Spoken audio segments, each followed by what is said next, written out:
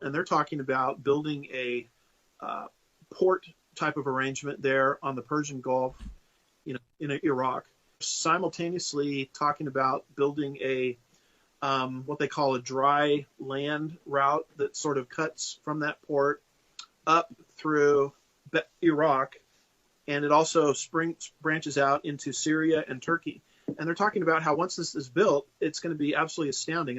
And it's going to be absolutely astounding how this is going to cut down on the trade routes of different nations and businesses as they're exporting and importing, goods and commodities, and how this is going to materially impact and benefit Iraq.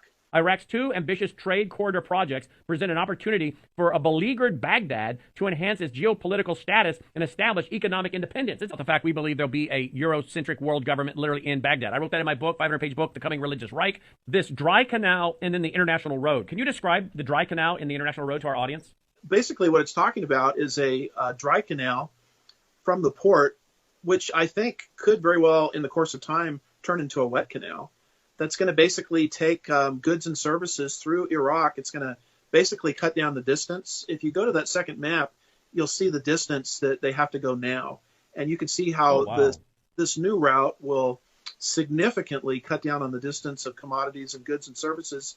And Iraq and the city of Babylon in particular will become very, very wealthy.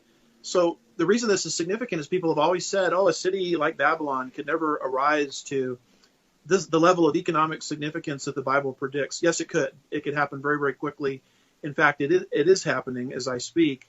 And people also say, well, there's no waterways there. Well, this is a foreseeable path whereby waterways and canals could be rebuilt in and near the city of Babylon, making it that port city that the Bible anticipates in the last days. The point of the matter is, if you give God or history enough time, history will catch up with the specifics of God's word, whether it be Sheba and Dedan with the Abraham Accords, or whether it be Babylon, a port city of great economic and political significance in the last days.